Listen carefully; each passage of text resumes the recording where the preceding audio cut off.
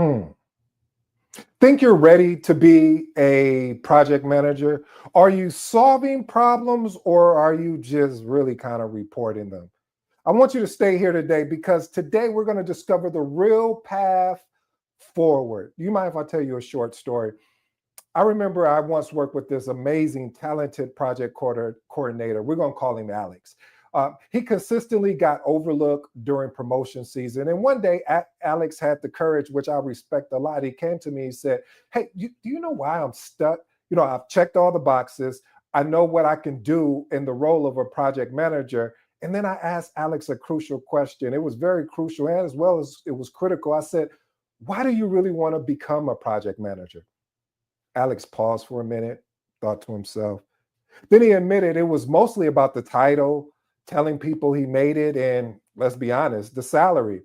That's when we discovered the real problem. Alex was chasing the wrong motivations. See, promotions are not suitable when driven only by status or money.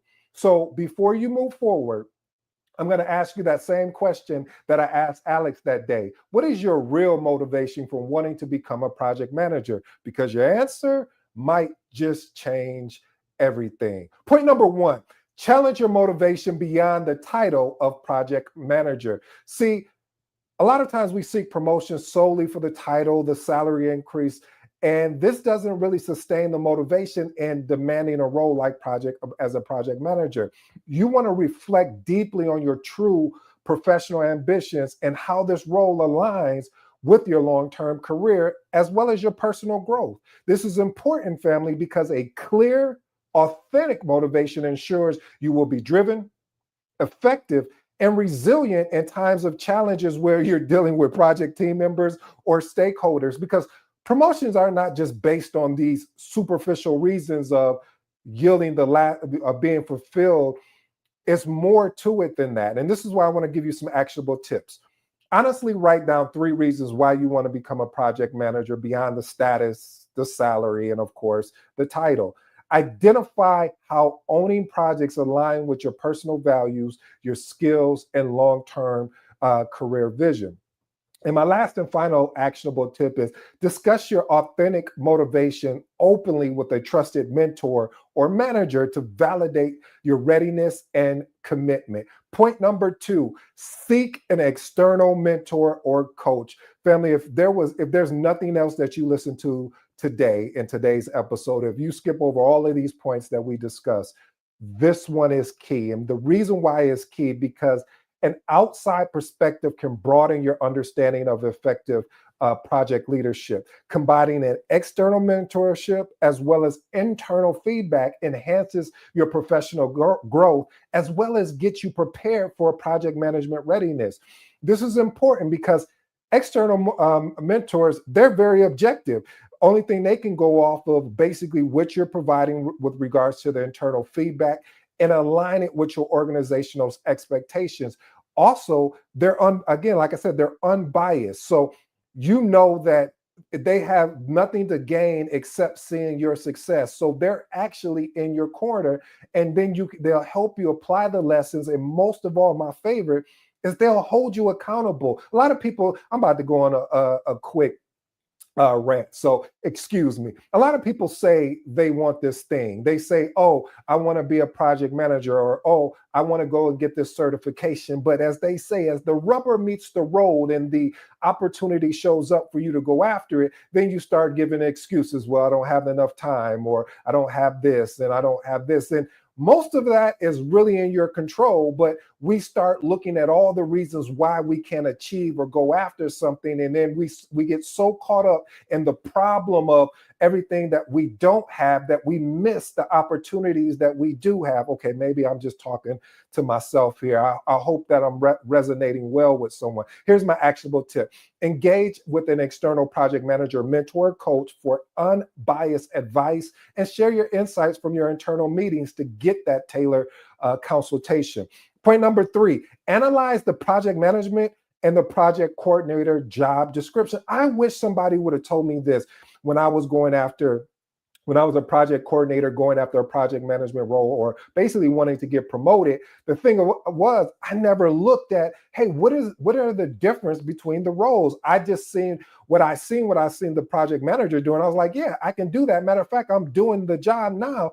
But I didn't look at the roles. Was there certain qualifications that I needed? Was it degrees or was it certification? Was it, training or was it experience? There are certain aspects that are there. So being able to clearly identify those skill gaps through the job description clarifies exactly what's required to transition into a PM role. This is important because knowing your gaps lets you focus price precisely on areas of needing that actual improvement. Here's my actionable tip. Obtain and compare job descriptions for both project coordinator as well as the project manager role. Develop a targeted personal development plan addressing each identified skill gap. Point number 4, recognize promotion is timing. I know timing is everything, as they say, and organizational need. Promotions depend on both personal readiness and organizational context with regards to or such as budget or role availability. And I know, family, I get it. I mean, I'm not telling you something you already know. I'm just giving you some more proper context because it can be frustrating. You probably feel that you're ready, and you might be, but unfortunately, the position is strategically built in a way that, hey, right now we don't need that. We don't need another project manager. We need a project coordinator. And because that's our need right now to fulfill the organization, this is the reason why you're in this position. You have options in anything that you want to do in life. And you have to make a decision, not a choice. And we have to understand the difference between choices and decisions because we can get caught up in our choices. Or, matter of fact, let me remix that thing. We can get so caught up in our feelings that we forget the plan that we set forth.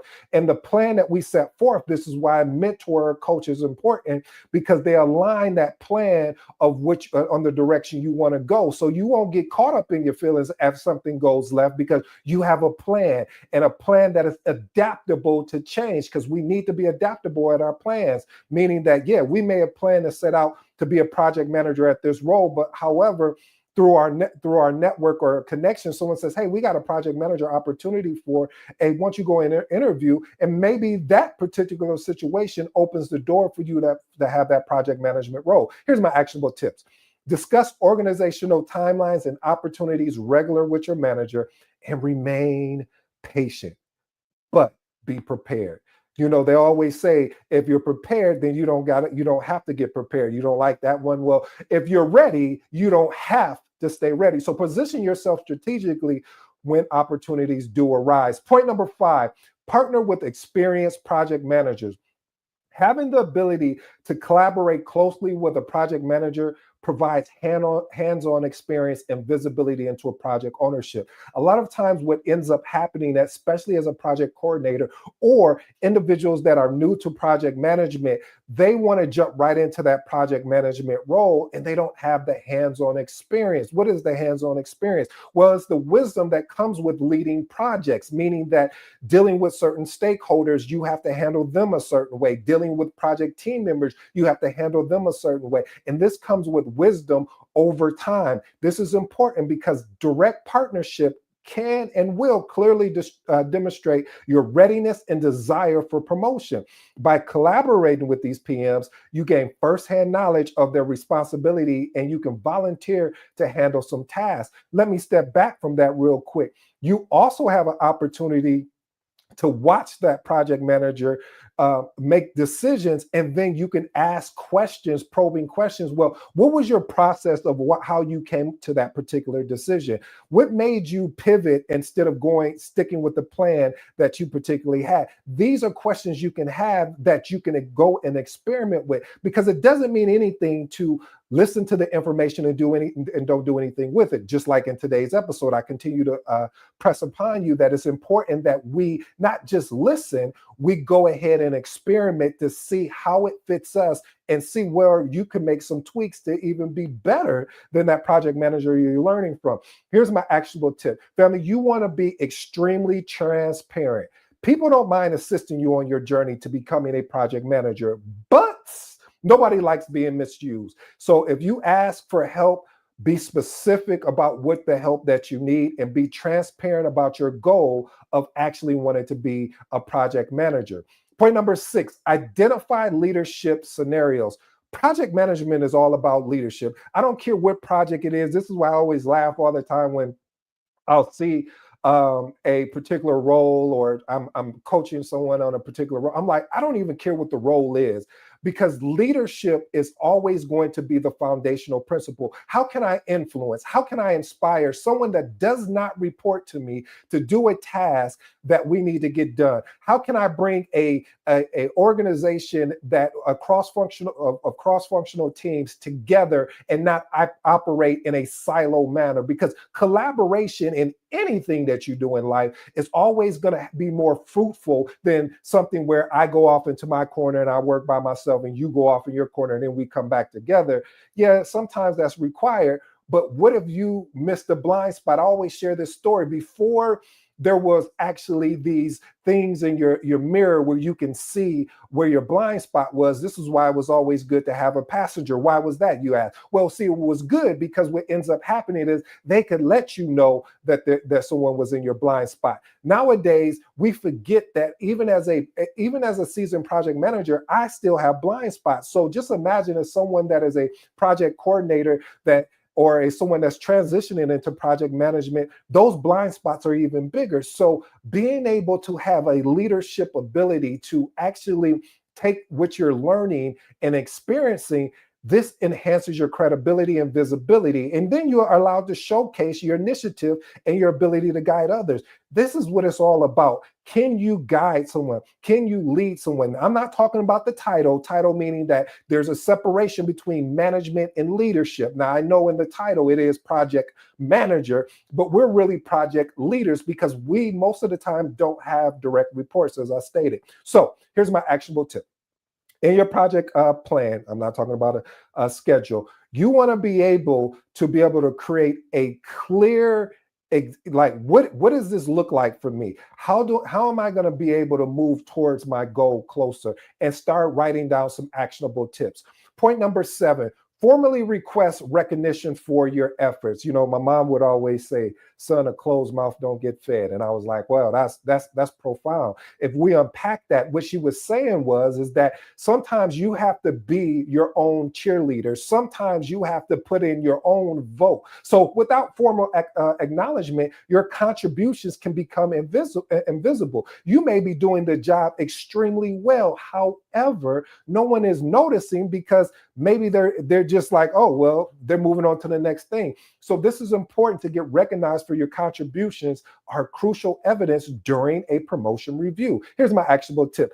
Ask your manager and stakeholders for formal feedback. Get emails, ask your stakeholders and your project team and your manager, hey, could you send me, based on everything that you see me do on this particular project, would you be open to sending me an actual email about what you thought I did extremely well? LinkedIn recommendations. Since we're on LinkedIn and YouTube, let's talk about LinkedIn. Let me get some LinkedIn recommendations. And just don't go out there, and let me park here real quick because I've seen this happen and I want to make sure you're set up for success. You want to pose the question in a way that it's more of that you're offering value to the person you're asking the recommendation for. What does that look like? That means, hey, I really want to know how well I did, and could you help me assist me because I'm trying to go to this next level of project management. And by giving me a recommendation based on what you see me do, please, I would be open to you providing that. It's also internal recognition. You want to be able to ensure you get that internal recognition. Reference these endorsements when discussing your promotion opportunities. Point number 8, request a formal review of your readiness. Family, I'm just going to say this really just very straight to the point. How are you going to know your gaps and you won't be able to fix it if you don't know your gaps? What I'm trying to say, because what ends up happening is that you don't know why you're doing something wrong if you don't have a formal review to figure out what you need to fix. So having the ability to recognize what are the priorities, is it a technology, is it a resource thing, and be open to revisiting this plan as circumstances change. Here's my actionable tip. Schedule a career development discussion explicitly asking for assessment of your leadership capabilities. What does that look like? I want to schedule a meeting with my manager. I'm going to put together an agenda ahead of time, give it to them ahead of time and say, hey, these are the things I want to talk about regarding my career. Is there anything you want to add to the agenda? Because I want to ensure that this is a fruitful conversation, not just for myself, but for you as well, as I'm building up to become that project manager. And you want to seek a concrete, actionable plan.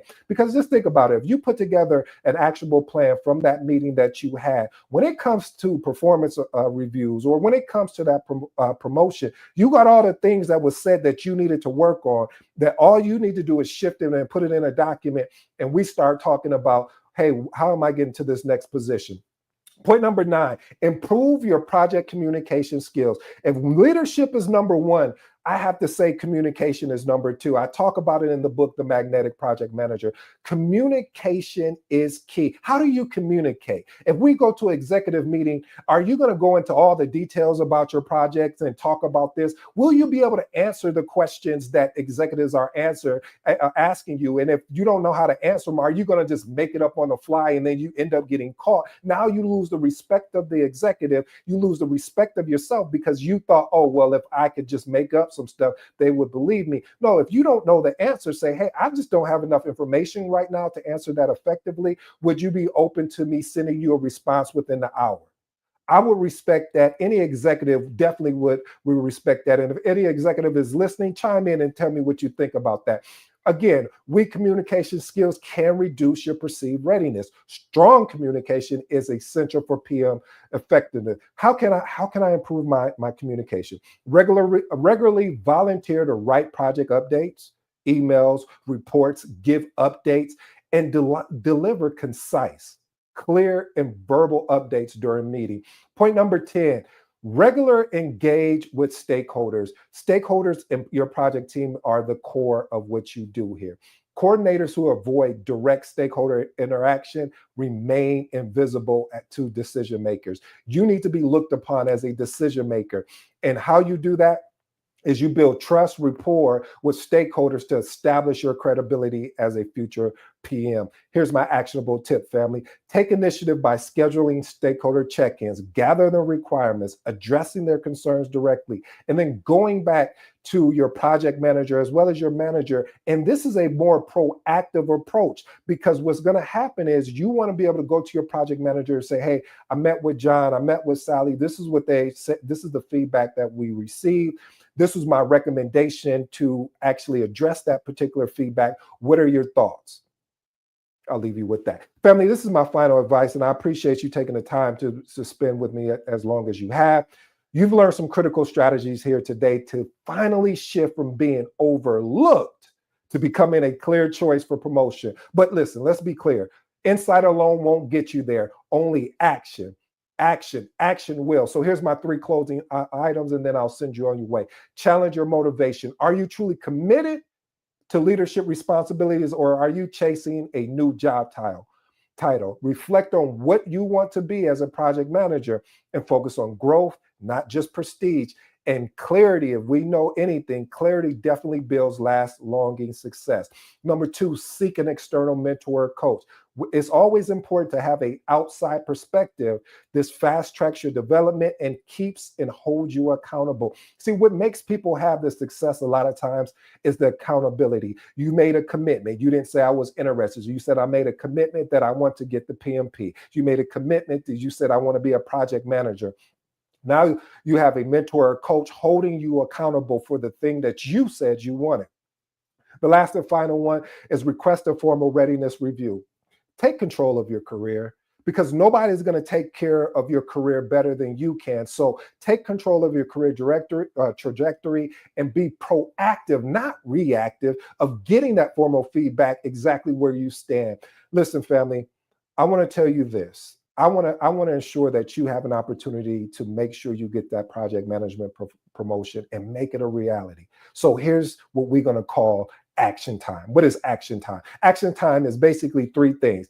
Take 30 minutes today to reflect on why you want to be a project manager. Number 2, identify a potential mentor. Number 3, schedule that readiness review with your manager. By moving forward on these 3 points, you'll do more than just dream about being a project manager. You'll actually prove that you're ready to lead. I go by the name of ED. For all you smart and intelligent folks out there, hey, listen, family, that just simply means Ed. I appreciate the opportunity. Until next time.